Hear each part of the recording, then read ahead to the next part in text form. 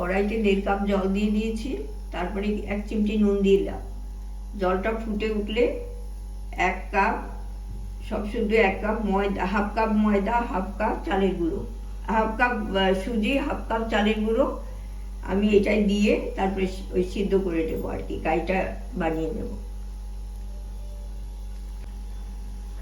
আমি দিয়ে দিচ্ছি, এই যে দিয়ে দেওয়ার পরে সঙ্গে সঙ্গে এটা নাড়িয়ে নেব।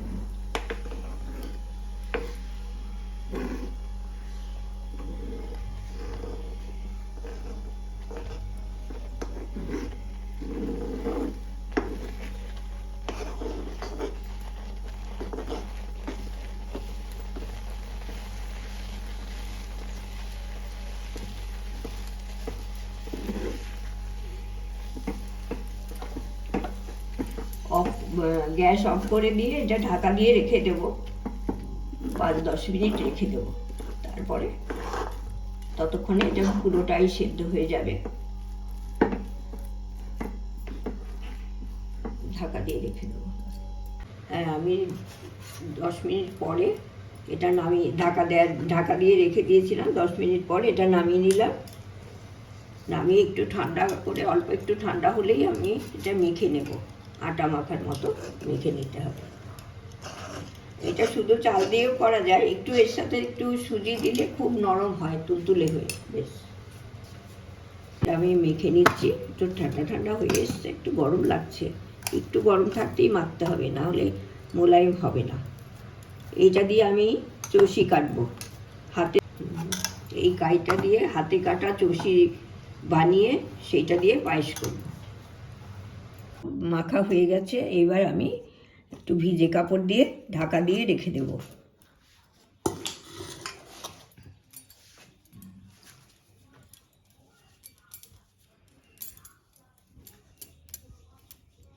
ভিজে কাপড় দিয়ে একটু ঢেকে রেখে দিলাম। এরপরে আমি চষি পুলি সব তৈরি করব। এইটা আমি মেখে নিচ্ছি, এটা দিয়ে আমি হাতে কেটে চষি তৈরি করব। চালের চষি হাতে কেটে নেব, সেটা আপনাদের দেখিয়ে দেব। এটা একটু ভালো করে মোলায়েম করে মেখে নিচ্ছি।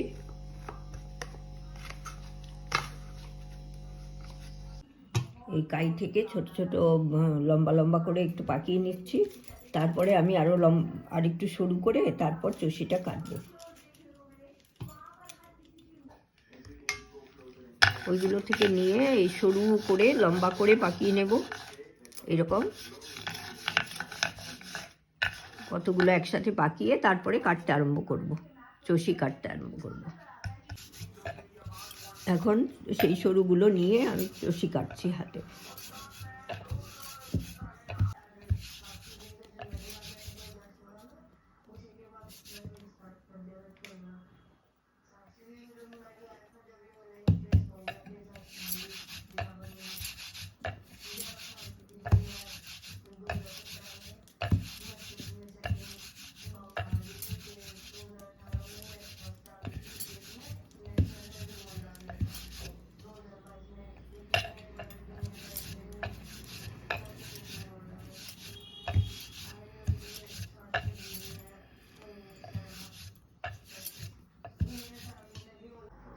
হ্যাঁ, আমি ওইভাবে চষিগুলো হাতে কেটে নিলাম। এরপরে আমি ঢাকা দিয়ে রেখে দেবো, দুধে বসাবো, দুধ জাল দিয়ে তারপর দেবো। এগুলো আমি দিচ্ছি।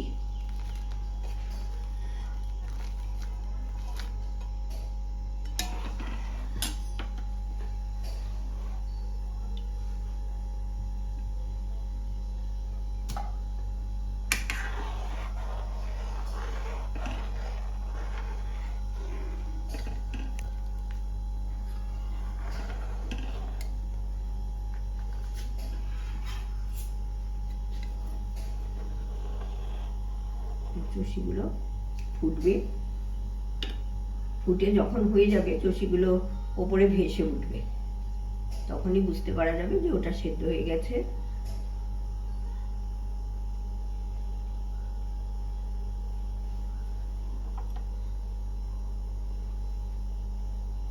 দেখছিলাম দুর্গাপুর ব্যারেজের ওখানে তো গুড় তৈরি হয়, সেখান থেকে খুব ভালো গুড়। এটা আমি দিয়ে দিচ্ছি।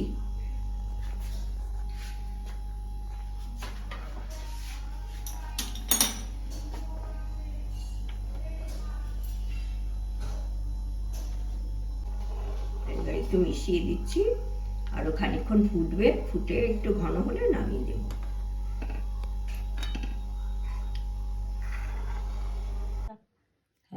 এই চষি, হাতে কাটা চালের চষি আমার হয়ে গেছে।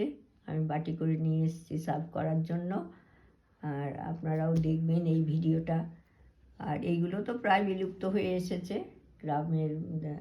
আগে, এখন তো শহরে বেশি হয়ই না, গ্রামের দিকে অনেকেই করেন।